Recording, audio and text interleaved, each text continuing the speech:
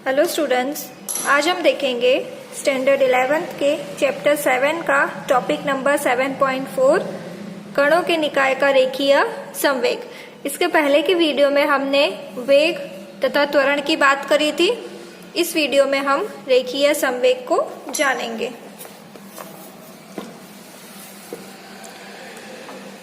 चलिए, हमें पता है कि रेखीय संवेग का सूत्र क्या होता है, P = mv। ये चीज हम पढ़ चुके हैं। अब इसे मुझे अगर n निकाय के लिए लिखना हो, n कणों के निकाय के लिए लिखना हो, तो इस प्रकार लिखेंगे कि जो कुल संवेग है वो निकाय के सारे संवेगों को जोड़ के मिलेगा। तो P = P1 + P2 + Pn, तो हमें कुल संवेग मिल जाएगा। अब P का सूत्र क्या होता है, mv।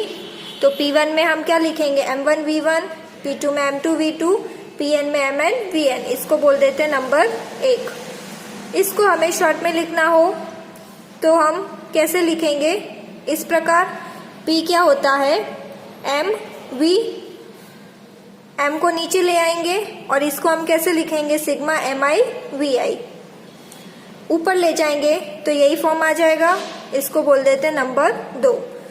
तो समीकरण 1 और 2 से हम क्या कहते हैं कि जो कुल संवेग है वो बराबर होता है द्रव्यमान गुणा वेग के। ठीक है, P = mv। तो इसके ऊपर से हम क्या लिखेंगे, अतः कणों के एक निकाय का कुल रेखीय संवेग निकाय के कुल द्रव्यमान तथा इसके द्रव्यमान केंद्र के वेग के गुणनफल के बराबर होता है। जो हमें ये सूत्र से भी पता चल रहा है कि कुल रेखीय संवेग द्रव्यमान तथा वेग के गुणनफल के बराबर होता है।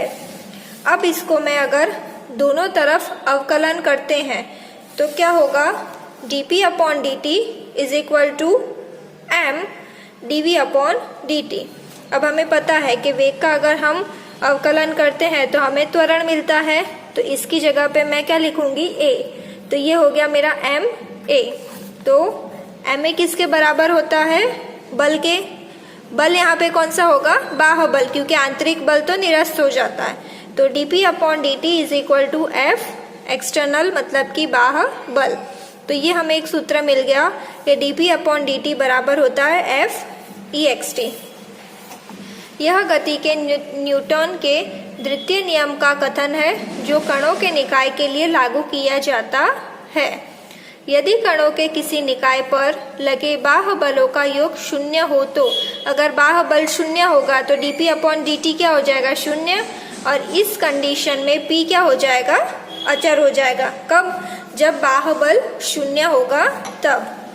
जब कणों के किसी निकाय पर लगे बाह्य बलों का योग 0 होता है तो उस निकाय का कुल रेखीय संवेग अचर रहता है। अभी हमने यहाँ पे देखा कि अगर बाह्य बल सारे 0 होता है तो जो निकाय का कुल रेखीय संवेग होगा वो अचर होगा। अब यहाँ पे हम एग्जाम्पल लेते हैं किस प्रकार अचर होगा। यहाँ पे पेरेंट नाभि है।